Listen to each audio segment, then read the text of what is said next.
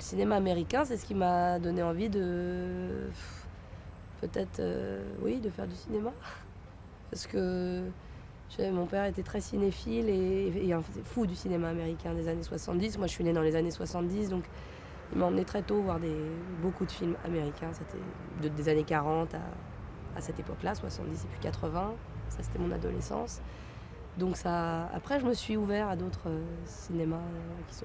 J'ai vu d'autres choses que le cinéma américain, mais j'ai été vraiment très dépendante pendant très longtemps. Tout ce qu'on aime est une influence, mais il y a des metteurs en scène, des réalisateurs américains qui m'ont vraiment... effectivement, Sidney Lumet, par exemple. Je crois qu'il n'y a pas un film de Sidney Lumet qui ne m'a pas transporté, que ce soit Network ou le dernier, d'ailleurs. Et le film avec Paul Newman, The Verdict.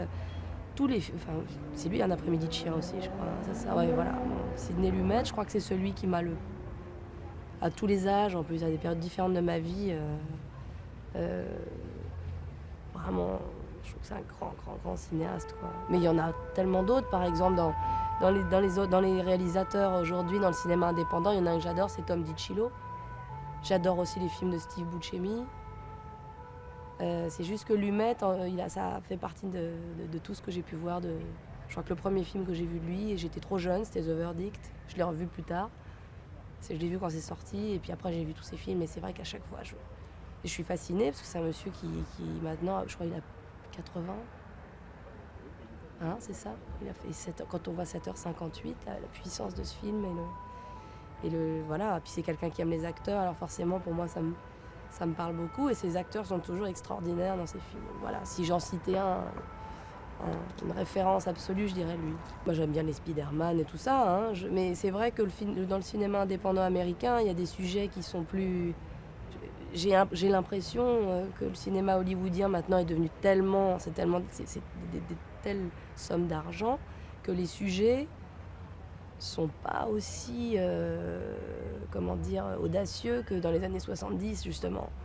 Et j'ai l'impression que les Américains reviennent un peu à ça avec les films de George Clooney où ça redevient un peu plus politique et un peu plus incisif. Par exemple, je trouve, oui, dans le cinéma indépendant américain, là, ça fait longtemps que j'en ai pas vu des films indépendants. Les derniers que j'ai vus, c'était les films de DiCillo, ça, je trouve vraiment génial. Le truc sur les paparazzi avec Buscemi et Michael Pitt. J'ai adoré ce film, je sais plus le titre d'ailleurs. Chaque fois, j'oublie ce titre. Delirious. Mais sinon, après, dans les sujets, c'est à la télévision, c'est HBO qui fait les sujets les plus...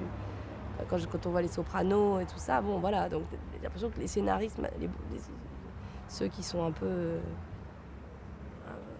plus rock, quoi, ils sont à la télévision.